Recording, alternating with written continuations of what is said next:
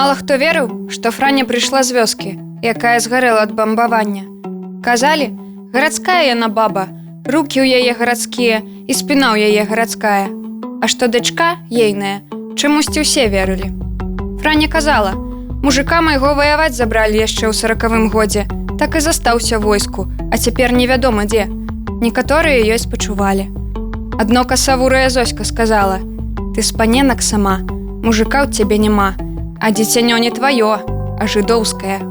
Партызаны тую вёску прыходзілі рэдка, а немцы там бывалі. Зоська сказала: «Я ведаю, ты золата маеш, аддай мне, а то паведамлю немцам, што ты жыдоўскае дзіця забрала». Франя павагалася і аддала ёй пярсцёнак, які атрымала ў спадчыну ад маці. Потым Зоська сказала: «Мне замала твайго золата, давай яшчэ». Франя аддала ланцужок таксама ад маці. Яна аддала і 2 сукенкі, і цёплую пуховую хустку, і новыя моцныя чаравікі, у якіх на каляды ўцякла з Мінска, несучы на сабе мех з рэчамі і мірку. Увесну, калі вада ў вялі яшчэ была скутая лёдам, але ўжо адчуваўся блізкі крыгаход, Франя і Зоська сустрэліся на беразе далёка ад вёскі. Франя абяцала даць нябескіх грошай, якіх нібыта дастала, калі хадзіла ў суседнюю павязань. Маўляў, не хацела несці іх у хату, прыхавала ў надзейным месцы. Зоська ёй дала веры. Нікому не паведаміла, куды пайшла. Знайшлі Зоську толькі праз 2 тыдні. Яе набраклае цела застыглай на твары агіднай грымасаю плыло паміж крыгамі. А вось не варта хадзіць тонкім лёдам.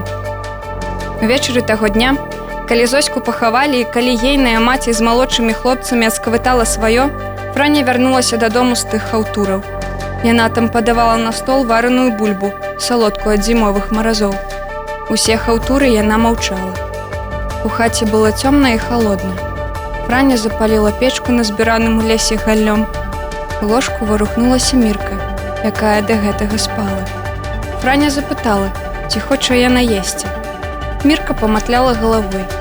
Калі дровы адгарэлі, Франя зачыніла засаўку і пашла ў ложак. Легла і моўчкі прытуліла да сябе дзіця. Мірка сказала: «Цёця Франя, я толькі пры чужых называю цябе мамай, як ты мне загадала. А вось калі б можна было называць цябе так заўсёды». Франя сказала: «Можаш называць мяне так заўсёды». Мірка сказала: «Добра, мамачка», і заснула. А Франя ўжо 2 тыдні як не магла спаць, бо заплюшчвала вочы і бачыла ўсё, што насамрэч здарылася на беразе вяллі.